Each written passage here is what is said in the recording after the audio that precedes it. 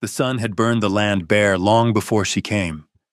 By late summer, the sky itself seemed fevered, low, red, and endless.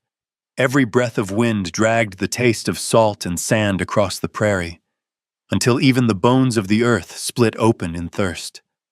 Amara Johnson walked through that ruin, her shadow trembling on the cracked ground. She was 19, no older than the drought itself, and the world had turned against her with a slow, merciless patience. Her shoes, thin canvas and torn at the heel, filled with dust until her steps sounded like dry paper folding. The hem of her dress, once the soft blue of her mother's apron, now hung in tatters, stiff with sweat and dirt. For days she had followed nothing but the promise of distance. Pools that shimmered in the heat would vanish as she neared. The air itself bent and lied. When she looked toward the horizon, it shivered like a glass of water just out of reach. Her lips had cracked until they bled. She counted her breaths, slow, measured, deliberate, as if rationing them might keep her alive. Somewhere beyond that wide silence, she told herself, there must still be people. A fence post, a roof, a sound that wasn't wind. Then she saw it, a smear of movement on the far edge of sight, something rising, gold and thick. Dust, the kind that comes before a storm. The ground began to tremble. Wind gathered and turned cruel, scraping her skin raw. It caught her scarf and tore it loose, sent it whipping across her face before vanishing into the glare. She tried to cover her mouth with her hands, but the air filled with grit so fine it burned her eyes to tears. The storm wasn't coming. It was already here. She dropped to her knees, half crawling, half dragging herself toward a faint shape on the horizon. Maybe a barn, maybe her imagination. Her mind throbbed with one thought, over and over. Not like this, not out here. And then the light dimmed. The world turned brown, then black, and she knew she would not stand again. But out of that roaring darkness, a voice cut through, rough, human, real. "Damn it! Someone's out there!" A hand seized her arm. She tried to fight, but her limbs no longer obeyed. The voice shouted something else, words she couldn't make out. And then she was lifted, carried against a chest that smelled of sweat, leather, and whiskey. The storm's cry dulled into muffled thunder as a door slammed shut behind them. When her eyes opened again, she saw dim light, smoke, and the shapes of men. 6, maybe 7 of them, scattered around a bunkhouse heavy with heat and tobacco. The air was thick enough to chew. Their laughter stopped the moment she was dropped inside. Every gaze turned. Men with beards gone wild from neglect. Eyes sharp from hunger, not of food. One leaned forward, teeth flashing. "Well, look what the wind brought in." Another, younger, laughed. "A storm gift." Amara pressed herself against the wall. Her arms crossed her chest, by instinct. Her heartbeat filled her ears. The youngest reached out, his fingers brushing the torn hem of her dress, until a deeper voice stopped him cold. "That's enough." The air changed. In the doorway stood a man, tall, shoulders broad enough to steady the room. His coat still carried the storm, but his eyes were clear, gray as rain clouds that hadn't forgotten how to break. Elias Garrison, the foreman. Without raising his tone, he stepped between her and the others. "This girl needs water," he said. "Anyone who thinks otherwise can pack his gear by dawn." No one answered. The young man backed away, muttering. Elias's hand came to rest briefly on Amara's arm, not rough, not claiming, only steady. "Come," he said quietly. Through the blur of grit and tears, she looked up at him. There was no pity in his face, no judgment either. Only something unspoken, a kind of vow. She let him lead her from the smoke and sweat into the thin light beyond the door. Behind them, the storm kept howling, but for the first time in days, Amara felt something shift inside her. A pulse of safety, a fragile thread of life that refused to die in the dust. The storm had softened by the time Elias led her across the yard. The world beyond the bunkhouse lay drowned in dust and twilight. Wind still combed through the fences, low and restless, while the horses turned their heads from the grit. Somewhere far off, thunder stumbled over the hills and fell silent. Elias said nothing. He moved with that deliberate calm of a man who had lived too long among storms, weather or human. His hand hovered near her back, never quite touching, yet steadying her all the same. At the edge of the yard stood a timber house, square and plain, with a lamp glowing in its window like a small, stubborn heartbeat. Elias opened the door and motioned her in. Warmth met her first. The hush of firewood burning slow, the faint smell of pine and stew. For a moment, Amara forgot her own body. Her shoulders sagged, her knees almost gave. The world that had been all wind and ache became still enough to breathe again. A man stood by the hearth, laying another log into the flames. The light revealed the gray in his hair, the heaviness of his posture. When he turned, his eyes, dark, brown, searching, found her at once. Samuel Henderson, owner of the ranch, widower 5 years. His face carried the marks of seasons that had asked too much. Lines cut deep around the mouth, shadows under the eyes. A man built for work and loss in equal measure. Who is she? His voice was quiet but firm, like gravel under slow boots. Elias brushed the dust from his hat. Someone the wind tried to kill, found her out by the ridge. Samuel studied her in silence. His gaze was not cruel, only measured, the kind that weighed truth before sympathy. Amara tried to speak her name, but her throat rasped like paper. Samuel turned, filled a tin cup from a jug, and held it out. When her trembling hands failed to grasp it, his larger one steadied hers. "Drink," he said. The first swallow burned, then soothed. Water slid down her throat like mercy. She didn't realize she was crying until her tears fell into the cup. He said nothing, only took the empty tin, refilled it, and turned back to the hearth. From the cupboard he gathered what little he had: carrots, dried meat, a handful of beans, and set them in a pot. The rhythm of the knife against the board filled the room, soft and certain. Soon the smell of stew rose with the fire's breath, spreading warmth into every shadow. Amara sat near the table, watching. Each small motion, the stirring, the tasting, the silent care, felt foreign to her. No man had ever cooked for her before. When he set a bowl in front of her, she hesitated, unsure whether to thank him or apologize for existing. Samuel gave no sign he expected either. He simply nodded once as if to say, "Eat." The first spoonful brought her back to life. Salt, smoke, and warmth wove together on her tongue. She ate slowly, afraid it might disappear if she hurried. Across the table, Samuel folded his arms. He did not touch his own bowl. His eyes remained on her, not watchful, but witnessing. Beneath the calm of his face, there was something like wonder. Perhaps he was remembering the sound of another breath in this house after years of silence. When she finished, he stood and reached for a wool blanket from the back of a chair. Without a word, he laid it over her shoulders. His touch lingered only for a heartbeat, enough for her to feel the warmth behind the roughness. "Rest," he said, tone clipped but gentle. "We'll talk come morning." Amara clutched the blanket close, feeling its weight settle around her like belonging.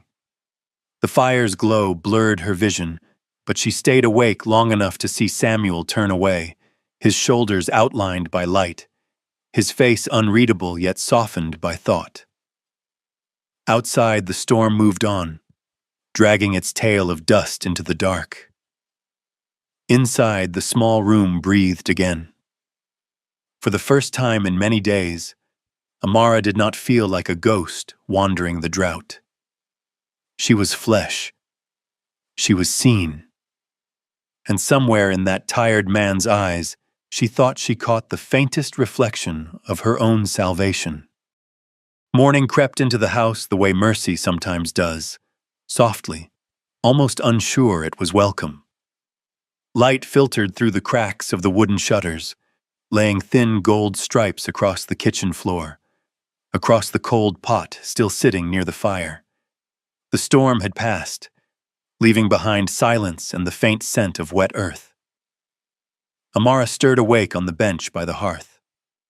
The blanket Samuel had given her still clung to her shoulders, faintly smelling of pine and smoke. For a long moment, she stayed still, listening, to the slow creak of timbers, to the breathing of a house that had known too much quiet. Then she rose. Her body ached, but her mind was clear. She had been taken in, fed, given shelter. That meant she owed something back. Gratitude, to her, was not spoken. It was worked for. The kitchen was a mess of yesterday's fatigue, plates unwashed, crumbs left behind, pots dulled with grease. She tied the blanket around her waist and began to move. Ashes were swept. Dishes were scrubbed. The fire was coaxed alive again, obedient to her hands. She found what little there was in the pantry. Cornmeal, salted meat, 2 potatoes. It would be enough. She sliced and stirred, her thin shoulders swaying slightly with the rhythm of the knife. The sound of sizzling fat filled the room, joined by the soft rattle of utensils, the distant whinny of horses, and the rooster's rough call from the yard. The world outside was already returning to its work, and so was she.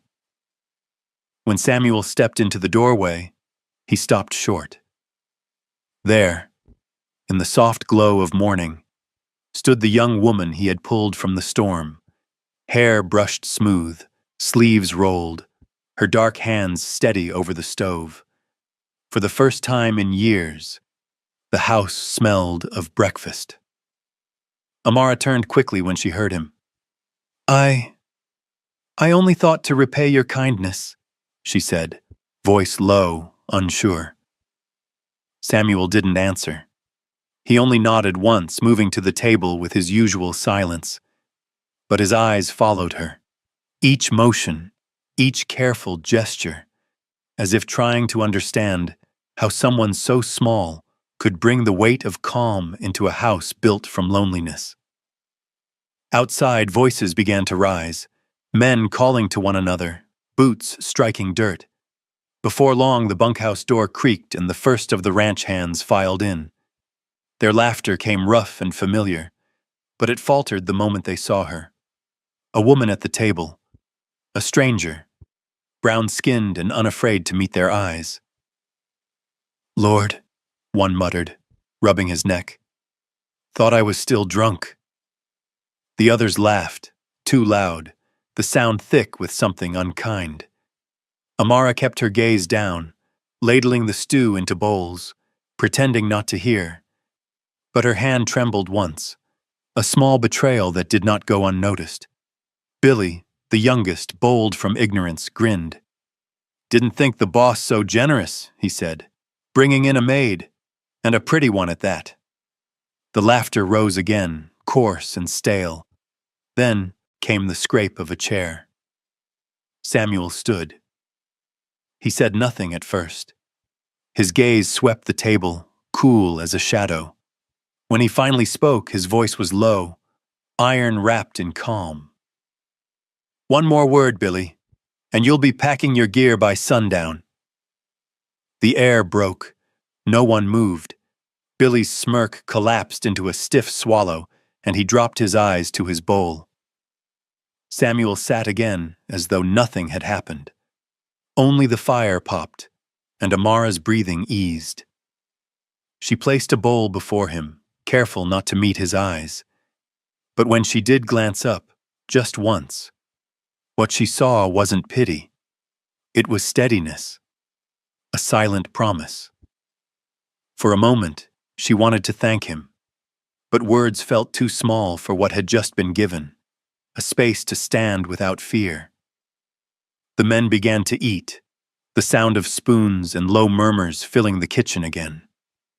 Slowly, the rhythm of the house settled back into itself, though something unseen had changed within it. Amara sat near the hearth once more, her hands folded in her lap. The warmth of the fire brushed her face, and beyond it, she caught the faintest reflection of Samuel, head bowed, eating in silence as though trying to remember how to share a table with someone else. Outside, the plains stretched wide and windless, dust still clinging to the horizon. But inside this small ranch house, amid the quiet and the clatter, something fragile had begun to take shape. Not yet a home, not yet a love, but the first faint outline of both. By afternoon, the sun slanted low through the kitchen window, its light soft as dust on glass. Amara had spent the day quietly, hauling water, sweeping floors, mending a torn shirt she found by the door. The stillness of the house suited her. Silence was safer than words. It gave her hands room to work, and her thoughts somewhere to rest. When she finished, she carried the folded shirt down the narrow hall. That was when she saw it. An open door at the far end, light flickering faintly inside. She hesitated, unsure if she should pass. But curiosity, gentle and uninvited, guided her forward. The room was small. The air smelled faintly of lavender and dust. Near the window sat a man, Samuel, his back bent slightly, his large hands resting on an old wooden chest. The lid stood open, revealing a few women's dresses folded thin with age, a wide-brimmed hat, a worn Bible, and a single photograph in a cracked frame. He hadn't heard her. He was tracing the edge of the picture with his thumb, as though the motion could hold time still. In the faded image, a blonde-haired woman smiled faintly beside a little girl no older than 6. Their faces were caught forever in summer light, while his, older now, heavier, carried the ache of someone who had lived too long with ghosts. Amara took a step closer. The floor creaked softly, and Samuel turned at once, startled. For a moment, he looked like a man found in grief he'd meant to hide. "You shouldn't be in here," he said. The words were flat, not harsh, but they carried the edge of someone who had forgotten how to be seen. Amara lowered her head. "I'm sorry." The door was open. He exhaled, rubbing his brow. "It's all right." His voice cracked on the last word, so faintly she almost missed it. He sank back into the chair, gaze fixed on the chest. "This room belonged to my wife, and my daughter." The way he said daughter was almost a whisper. His hand closed slowly into a fist, then opened again. "She was sickly from the start," he continued, eyes on the floor. "Fever took her one winter. I sat beside her, listening to her breathe, until she didn't anymore." His throat tightened. The next words came rough. "My wife followed soon after. Some people die from illness, others from what's left behind." The silence that followed was heavy enough to bow the walls. Amara stood motionless, her fingers twisting the fabric of her skirt. She understood that kind of emptiness. the one that left a person half alive. Her parents, too, had gone in the heat of a summer sickness, leaving her to wander from one hungry season to the next. Slowly, she stepped closer. "I know," she said softly. "Loss doesn't end. It only changes its weight." Samuel's head lifted. He looked at her as if seeing her for the first time, not as the stranger he had rescued, but as someone who might understand the language of absence. She reached out, hesitating, then laid her hand over his. Her palm was warm, trembling slightly. He flinched at the contact, then didn't move away. For a long moment, neither spoke. The air between them felt fragile, as if sound itself might break it. Her hand stayed there, small against his scarred one. "You carry their memory," she whispered. "That means they're still here." He closed his eyes. His breath came slow, deep, uncertain. Then, gently, his fingers turned beneath hers, meeting the touch. Only for a moment. Just enough for warmth to pass between them. Two lives worn thin by the same kind of pain. When he finally withdrew, his face was softer.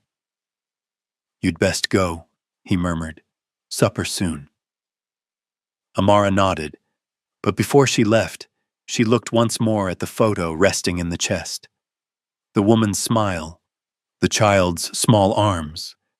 It no longer seemed like a picture of strangers. It looked like the echo of something she had just begun to find again. Connection. As she stepped into the hallway, the door closed behind her with a quiet click. For a long time, Samuel stayed seated, staring at his empty hands. The room smelled of dust and ghosts, but where her touch had rested, his skin still remembered warmth. A reminder that even in houses built from sorrow, something new could still begin to breathe. The air changed before the rain came. By late afternoon, the horizon had folded in on itself, clouds piling like bruises over the plains. The wind shifted from dry to electric, carrying the scent of iron and dust. Every living thing on the ranch felt it.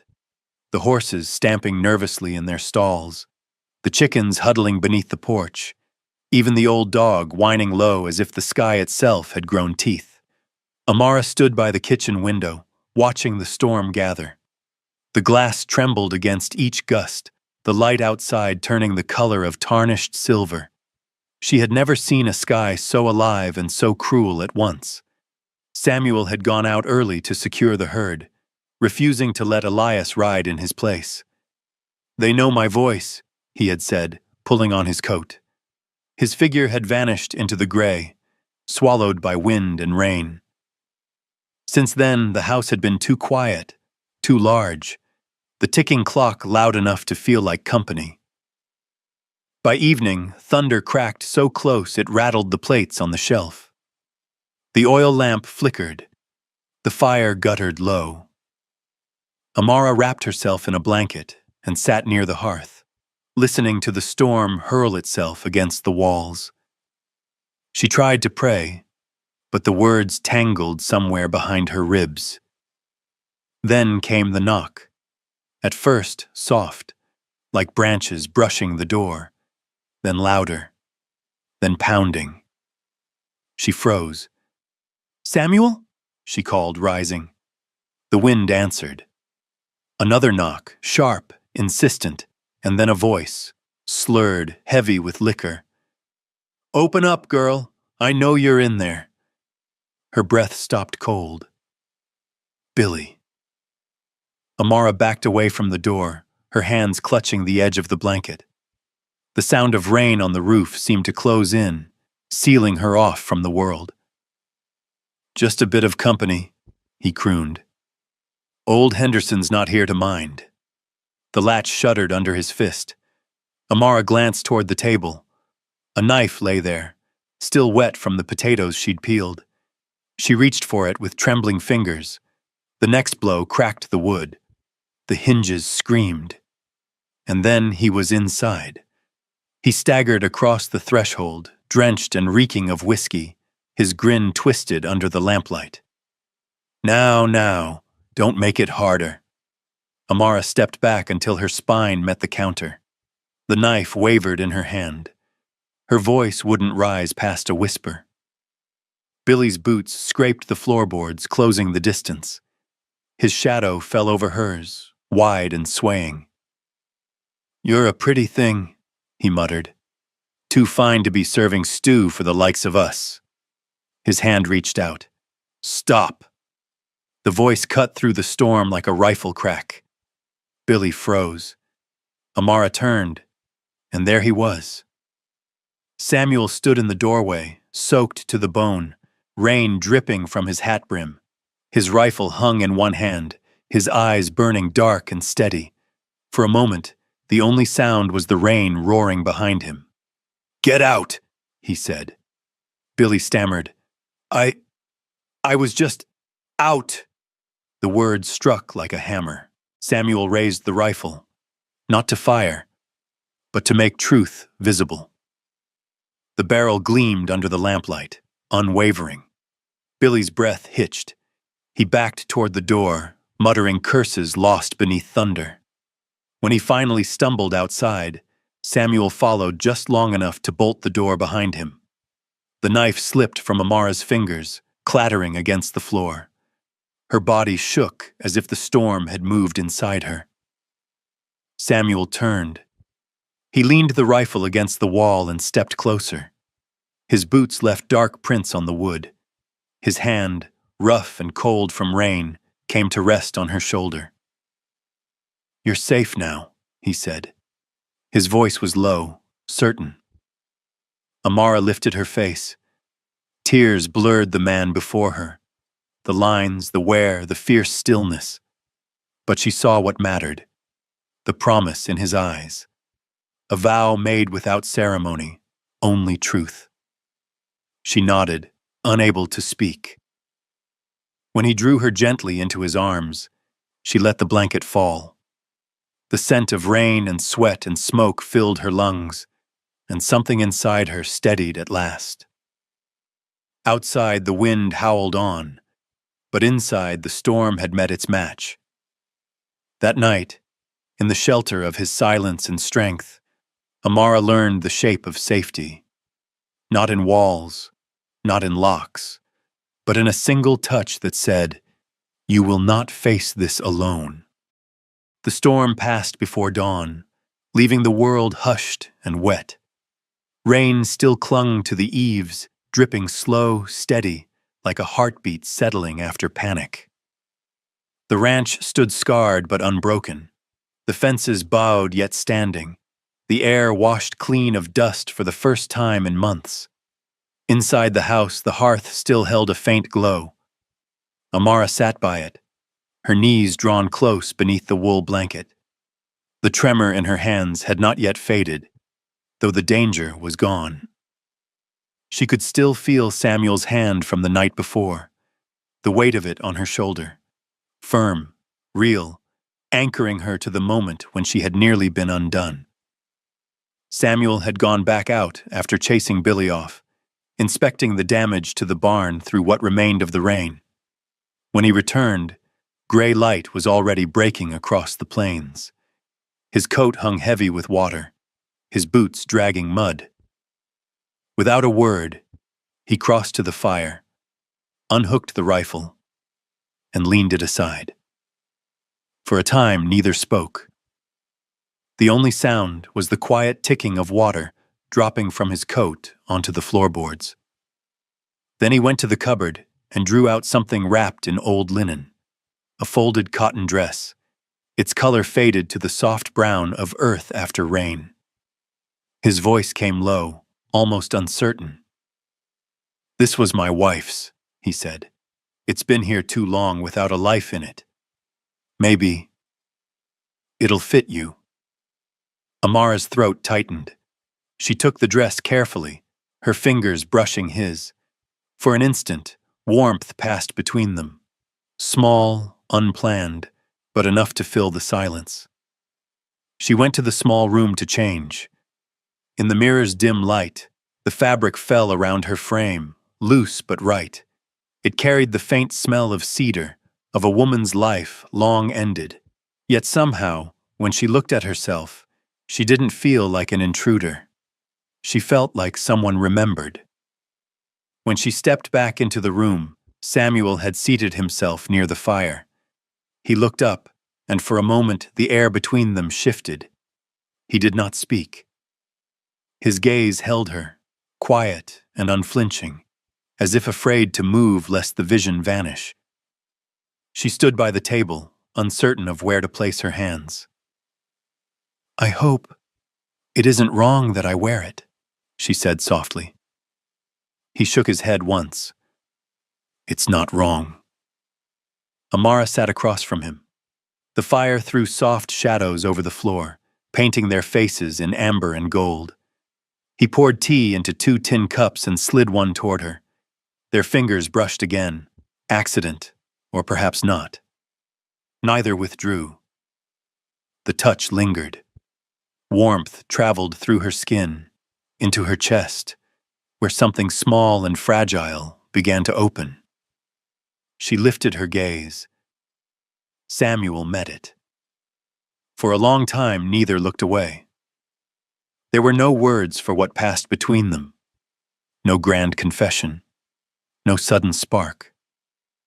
Only the quiet recognition of 2 lives that had been emptied and were now, against all reason, beginning to fill. Her breath trembled. His hand closed gently around hers, the way a man might handle something already broken, afraid even kindness might harm it further. She did not pull back. When he rose, she followed with her eyes, her pulse echoing in her ears. He stopped before her, close enough that she could see the raindrops still clinging to his hair, the line of exhaustion drawn across his mouth. He reached out, hesitating once, then tilted her chin up with the side of his finger.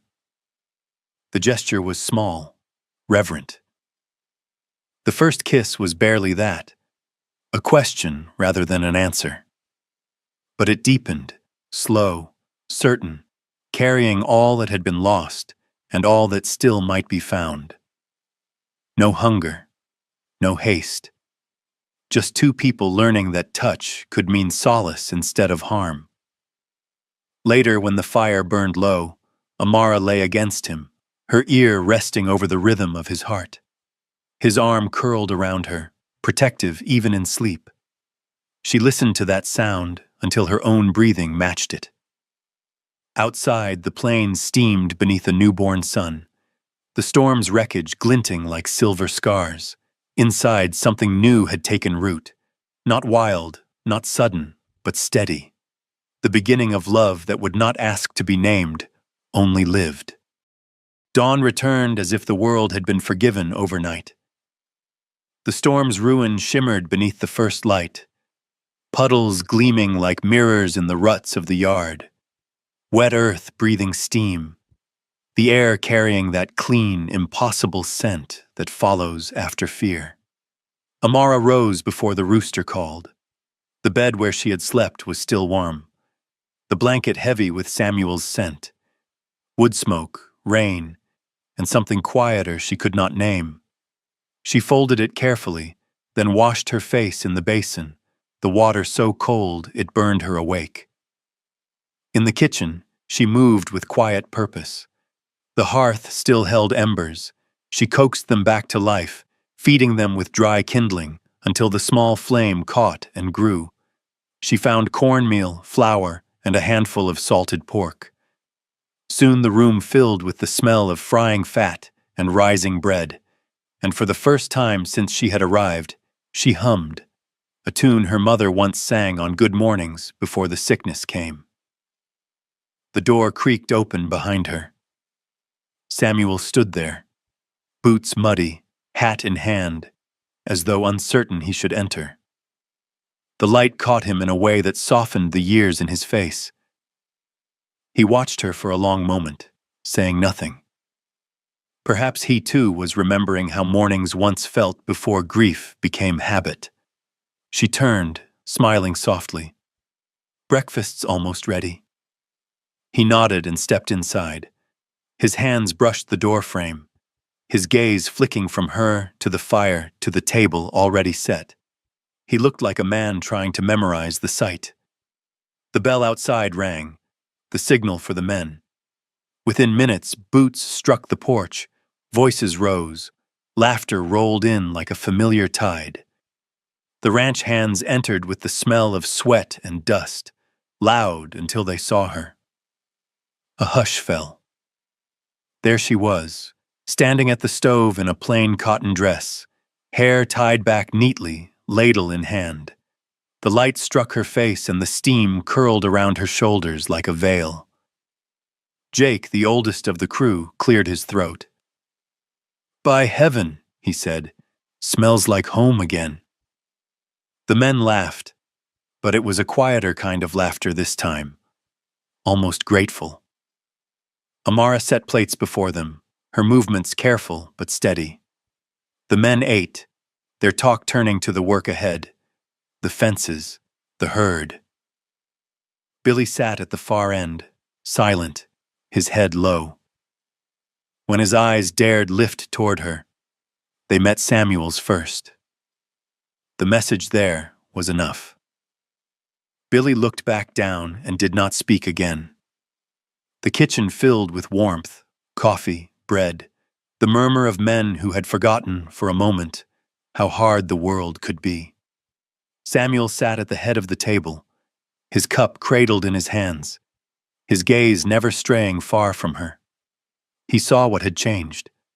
The house, the men, even the air itself, everything held a kind of ease that had been gone since his wife and daughter's laughter faded. And all of it somehow began with the woman standing by the stove. When the meal ended and the men left for the fields, the house fell quiet again. Amara stood at the wash basin, sleeves rolled, humming under her breath. Samuel joined her without a word, taking a towel to dry each dish she rinsed. The rhythm between them was unspoken, effortless. At one point, their hands brushed over the same plate. Neither pulled away. They stood close enough for her to hear the even weight of his breath. When she looked up, his eyes were already waiting for hers. For a long moment, no sound but the water dripping into the sink. Then Samuel spoke, voice low, steady.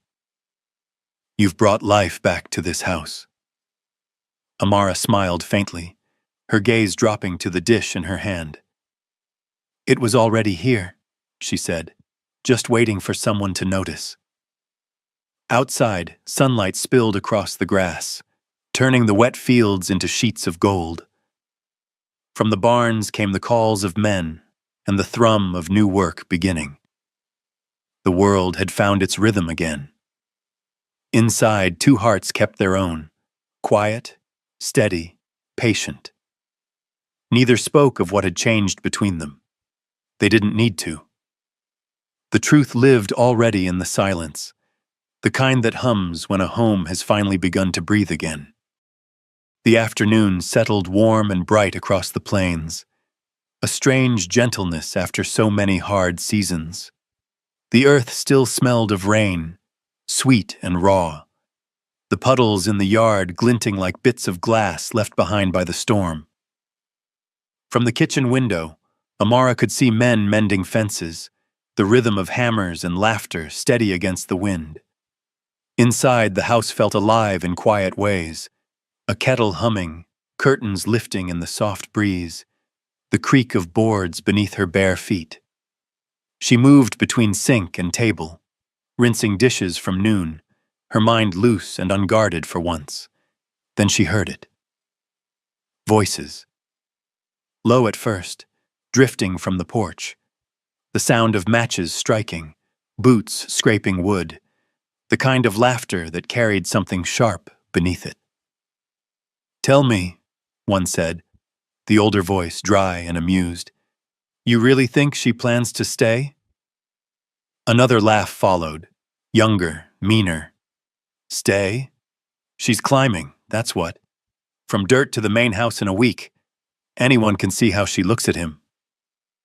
The words hit like a slap she hadn't been braced for. Her hands froze in the water. The dish slipped from her fingers and struck the basin, ringing loud before settling. The laughter outside didn't stop. "Colored girls clever," someone else added.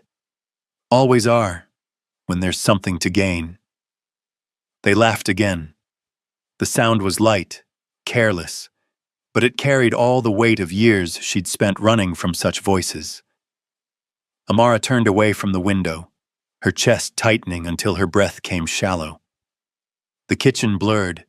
Every word they had spoken followed her down the hall like a shadow she couldn't shake.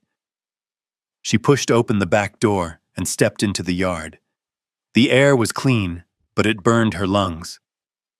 She walked past the stables, past the rain barrels, until she reached the small patch of ground behind the house, the overgrown garden that had once belonged to Samuel's wife. The rows were wild now, weeds spilling over the forgotten paths.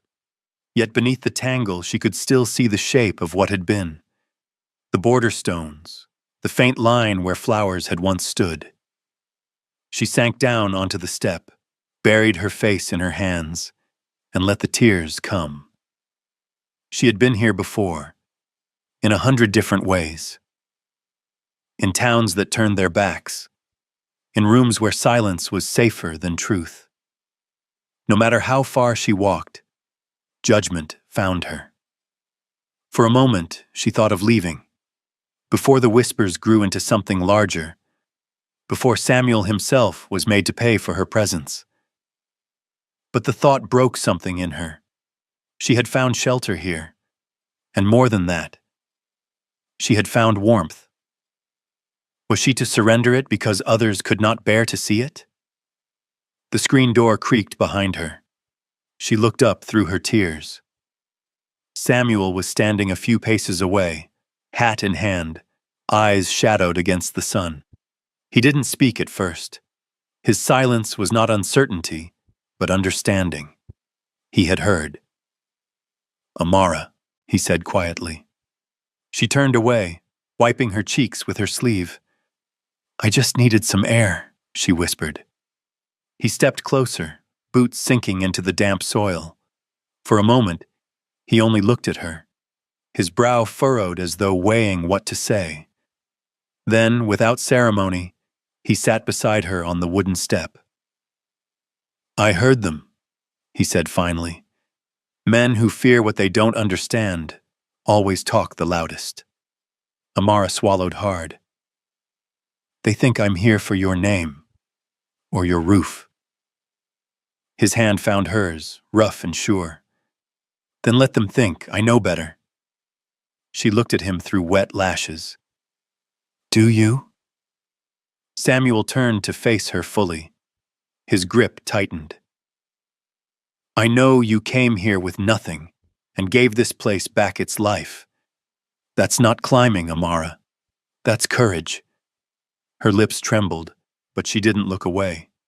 He went on, his voice lower now, like a vow. "You owe no one an explanation. You're not a guest here. You're the reason this house breathes again." Tears spilled anew, but they carried no shame this time. Only release. She leaned into him, and he let her. His arm came around her shoulders, steady, unhurried. They stayed like that as the wind moved gently through the dying weeds. When she finally spoke, her voice was soft but certain. "Then I'll stay." Samuel nodded once, eyes fixed on the horizon. "Good. Let them talk. The world's opinion never built a home worth keeping." In the quiet that followed, the air grew lighter. The sun dipped behind the hills, throwing long shadows across the field. Between them, their joined hands rested still, proof that some truths don't need defending. Outside, the whispers might continue, but here, in this small patch of untamed ground, they had found something stronger than rumor. The beginning of peace built not on silence, but on choice. Night found them sitting by the fire, the house quiet except for the faint groan of the rafters and the steady pop of embers. Outside, the wind had gone still, leaving the air so calm it seemed the land itself was holding its breath. Samuel sat in his old armchair, his shoulders bowed but not weary, only thoughtful. Amara sat opposite, her hands folded in her lap, her eyes tracing the lines of flame that danced along the blackened logs. Between them stretched a hush filled with things neither had yet found words for. He broke it first. "Amara," he said, his voice low, rasped by time and hesitation. "There's something I've never told a soul." Her gaze lifted. "You don't have to." "I do," he answered, and the simplicity of it silenced her.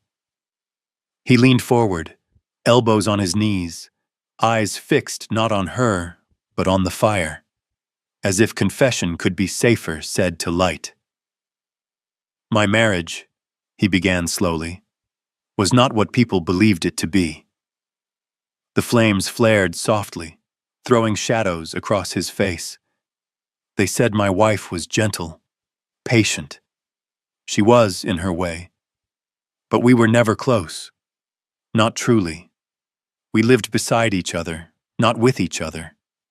I cared for her, yes, but I never loved her as a man should love a woman." He paused, jaw tightening as though ashamed of the honesty itself. "After she passed, after Ruth, everyone pitied me. They called me faithful, devoted, but they didn't know how hollow the house already was before it became empty." Amara said nothing. Her heart beat slow but heavy. She could feel how much it cost him to pull those words into the open. He drew a breath, his gaze still lost in the flickering light. "When you came here, I thought you were a burden I could shoulder, a way to distract myself from this silence I built around me. But that isn't what happened. You didn't fill the silence. You changed it." He looked at her then, really looked, and the years between them, the color of their skin, the noise of the world, all of it fell away. "I'm not a man good with words, Amara, but when you walk into a room, I remember what breathing feels like." Her throat ached with unshed tears. She stood, almost without meaning to, and crossed the space between them. Kneeling beside his chair, she took his hand, the same one that had once trembled over a photograph of the dead, and laid her palm over it. His skin was rough, scarred from years of work, a single pale line running across his knuckles like an old road map. She traced it gently with her thumb. "This," she whispered, "you carry so much here. The land, the loss, the man you've been, but you've never let it define you." Samuel's breath shuddered. "And you?" he asked softly. "What have you carried?" Her hand tightened. "The feeling of being unseen," she said, "of always standing at the edge of someone else's life, of having to prove I belonged anywhere at all." For a moment, neither moved. The air between them was heavy with the truth of it. Two souls bent by different storms, each recognizing the same ache in the other. He lifted his free hand and brushed a strand of hair from her face. His touch was hesitant, reverent, as though he feared even tenderness might undo her. "Amara," he murmured, her name rough in his throat. "I can't promise peace, not in a land like this, but I can promise a place, here, beside me." She looked up, her dark eyes glimmering. "I don't need promises," she said. "Only honesty." He gave a faint, broken smile. "Then that's what I'll give you." They stayed that way, her hand resting against his, the firelight softening the edges of the world. No vow passed their lips, yet something deeper settled between them, a shared knowing that neither of them would walk alone again. Outside, the moon climbed high, casting pale light through the window. It touched the scar on his hand, the tear on her cheek, and the quiet space where their fingers met. What had once been a wound, his, hers, both, no longer felt like a mark of loss. It had become the place where healing began. Rumor traveled the way wind does, quiet at first, then everywhere. It began as whispers in the saloon, grew into laughter at the general store, and soon took root even in the church pews. People called it shameful, foolish, unnatural. Old Henderson, they said, gone soft over a colored girl. The words carried dust and venom in equal measure. Samuel heard them secondhand from Elias. Amara didn't need to. She could feel them. Every trip to the well, every walk into town for flour or coffee, the silence of others followed her like a shadow. Women looked away. Men stared too long. Children whispered, repeating what they'd heard at their mothers' tables. At first, she tried to ignore it, but cruelty, even soft-spoken, wears a body down. Each night she sat by the window while Samuel read in his chair. Her thoughts tangled in questions she didn't dare speak aloud. Would he tire of it? Of defending her? Of the cost that came with loving her? One morning, he saddled the wagon. "I'm heading into town for supplies," he said. "Come with me." Amara hesitated. "Together?" He met her gaze, calm but firm. "Yes, together." The road was dry again, the ruts carved deep by weeks of hauling grain. They sat side by side, the air filled with the creak of wood and the steady rhythm of hooves. Samuel drove, his hands loose on the reins, his expression unreadable. Amara's fingers twisted in her lap. She had never feared distance, but the nearness of people, of judgment, felt heavier than any desert she'd crossed. By the time they reached town, the square was alive with market day.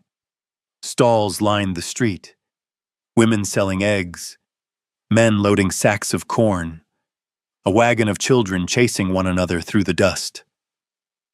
But as Samuel helped her down, the motion of the crowd slowed. Heads turned. It was not the first time the town had stared at her, but this time Samuel didn't release her hand. "Lift your chin," he murmured. "They've seen ghosts before. Let them see the living for once." She breathed deep and did as he said. They walked together through the marketplace. The sound of their steps, the syncopated rhythm of boots and shoes, seemed to echo against every wooden wall. A few men nodded stiffly at Samuel. Others looked away. Two women at the cloth stall whispered behind their gloves, the sound sharp and deliberate. Samuel ignored them all. He spoke to the vendors in his steady, even voice. Ordered flour, seed corn, lamp oil. Never once did he drop her hand. When they reached the blacksmith's, a man leaning against the post spat into the dirt. "Didn't think your kind mixed that way, Henderson," he said, grinning. "Guess drought makes a man thirsty for anything." Laughter rippled nearby. Samuel turned slowly, meeting the man's eyes. "You must be mistaking thirst for courage," he said. His tone was level, but his gaze did not waver. "One I've got. The other you wouldn't recognize." "Box," laughter died. He turned back to Amara. "Come," he said softly. They finished their errands in silence. When they climbed back into the wagon, she could no longer hold the tears stinging behind her eyes. "Why don't you care what they say?" she asked quietly. Samuel flicked the reins, eyes on the horizon. "Because none of them have ever lived a life worth envying." He paused, voice gentler. "And because I know what I want. That's all." She watched him, the way his jaw set firm, the way the light caught in his silvered hair.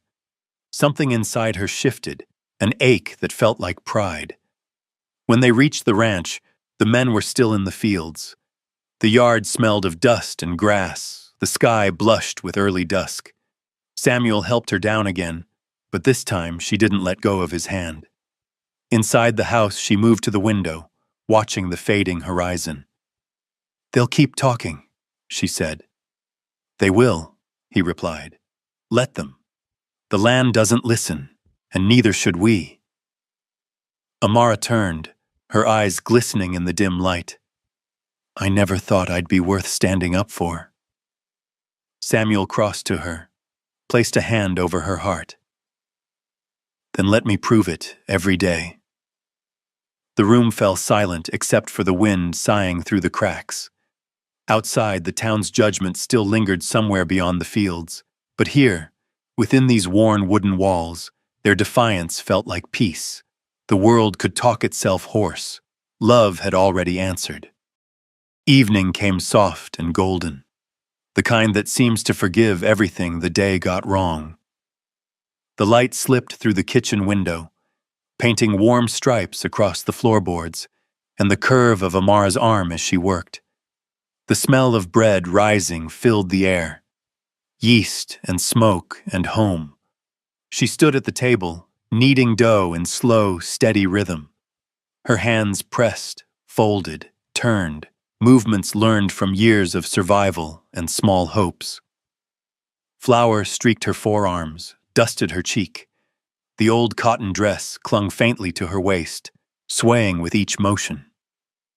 Samuel watched from the doorway. He had just returned from the fields, his boots still carrying dust from the far fences. For a long moment, he didn't move. There was something about the way she stood there, barefoot in the fading light, that made him feel the ache of all he had lost, and the quiet wonder of what he had somehow been given again. Amara didn't notice him at first. She hummed softly, an old tune without words. It drifted through the air, mingling with the fire's crackle. When she finally looked up and saw him, her lips curved into a small smile.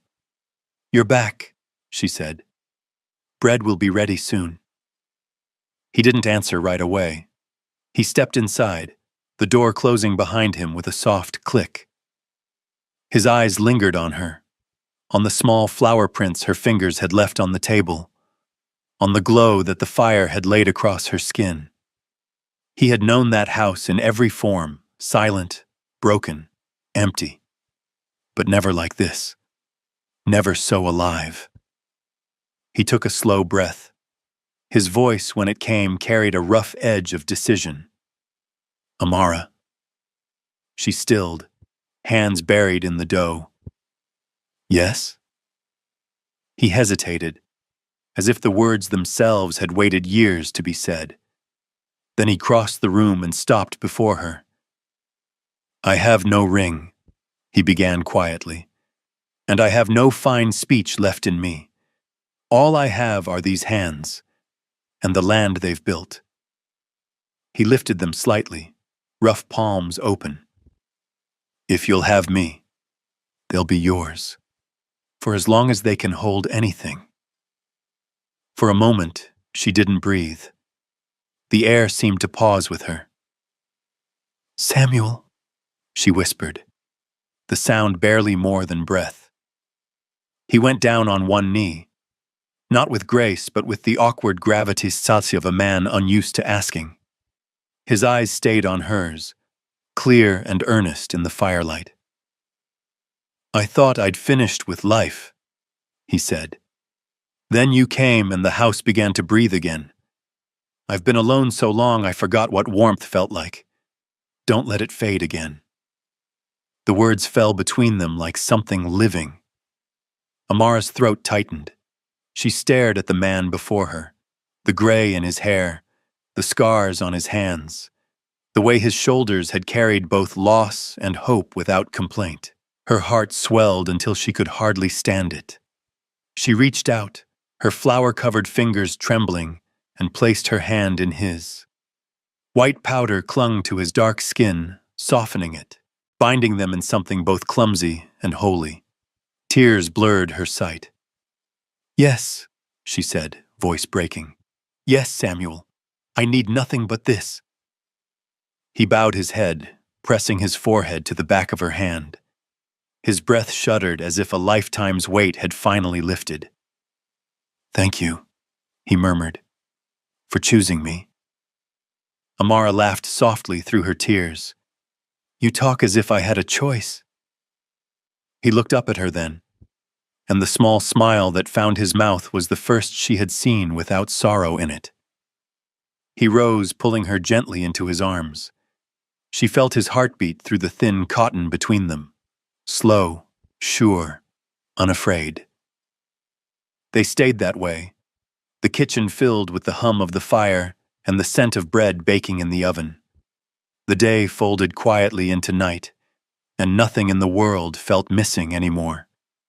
When the bread was done, they broke it together, steam rising like prayer. The crust burned her fingers, and Samuel laughed, a sound rough and warm that filled every corner of the house. Outside, the horizon sank into amber. Inside, beneath the humblest roof, two people who had once been strangers shared the simplest of vows. No promises of forever, no grand ceremony, only truth and the steady courage to live it. And as the light dimmed, the old ranch house, the one that had held too much silence, finally felt full. The wedding came quietly, like rain after a long drought, without announcement, without ceremony, but with a peace that settled into the bones. There were no carriages, no fine gowns, no crowd to bear witness. Only the people who had lived beside them through storms and seasons, the ranch hands, their wives, a handful of neighbors, and the land itself watching in its silent way. It was late summer. The fields, once cracked and bare, shimmered faintly with the promise of green. The air smelled of dust and rain, of things returning to life. Samuel stood on the porch, his white shirt freshly washed, but frayed at the collar. His fingers fumbled with a tie that refused to sit right. Elias, standing nearby, gave a half smile. "You've tamed worse than this," he muttered. Samuel chuckled, the sound rough but light.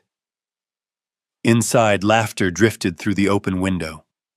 The wives of ranch hands had gathered around Amara, fastening a small crown of wildflowers into her curls. Her dress was plain, cotton and faded blue, but the light that touched her made it seem like silk. One of the women whispered, "No woman ever looked finer for it being simple." Amara smiled, though her hands trembled slightly as she smoothed the fabric over her hips. Her reflection in the small, cracked mirror startled her, not because she looked different, but because for the first time, she looked like someone who belonged somewhere. Outside, the clouds were gathering, low, gray, and full. The air trembled with the faint scent of rain. When she stepped through the doorway, the ranch fell silent. Samuel turned. For a heartbeat, he forgot how to breathe. She walked toward him slowly, her eyes fixed on his, the hem of her dress brushing the weathered planks. The foreman cleared his throat and began the words that bound them. His voice was steady, the wind carrying it beyond the porch. For better or worse, in sickness and in health, in want and in plenty. As the vows fell between them, the first drop of rain broke against the dust, then another. The earth, parched and waiting, began to drink. When Elias finished, he looked up, eyes soft with something like pride. "That's done," he said simply. Samuel bent his head and kissed her. It wasn't a grand kiss. It was quiet, reverent, the kind that said, "We made it here." Around them, rain began to fall in earnest, soaking hair, skin, and cloth alike. No one moved to run for cover. Laughter rose instead, the kind that feels like release. Someone called it a blessing. And in truth, it was. Inside the house they gathered again, the same walls that had once known nothing but silence now alive with voices. The long table was draped in a worn white cloth, holding plates of bread, beans, and smoked meat. The fire burned bright. A fiddle played somewhere, and the floor creaked under the rhythm of boots tapping in time. Amara stood at the center, watching them all. For the first time, she didn't stand apart. This was her home now. The laughter, the warmth, the smell of rain still clinging to the windowsills. Samuel came up behind her, his arm sliding around her shoulders. He didn't speak, just looked at her and nodded once as if to say, "We built this." Later, when the guests had gone and the house grew quiet again, they sat side by the window. Outside, the rain still whispered over the land. Samuel took her hand, his thumb tracing small circles over her skin. "I thought my life had ended with grief," he said softly. "But you came and proved there's more to live for than surviving." Amara leaned her head against his shoulder, smiling faintly. "I thought I would always be the shadow in someone else's story. But today I stood in the light." They sat that way until the fire burned low, until the rain became a steady murmur. Outside, the earth drank deeply. Inside, two hearts, once hollowed by loss, beat in quiet harmony. On that land of dust and wind, where summers burned and winters froze, they had found something enduring. Not perfection, not glory, but a life built by hand and heart. And when morning came, sunlight rose over the wet fields, turning every blade of grass to gold. The house, the land, and the love between them, each shone with the same truth, that even after the hardest years, life can still begin again. Do you still remember the first hand that held yours on a quiet afternoon? Share that memory with us in the comments below.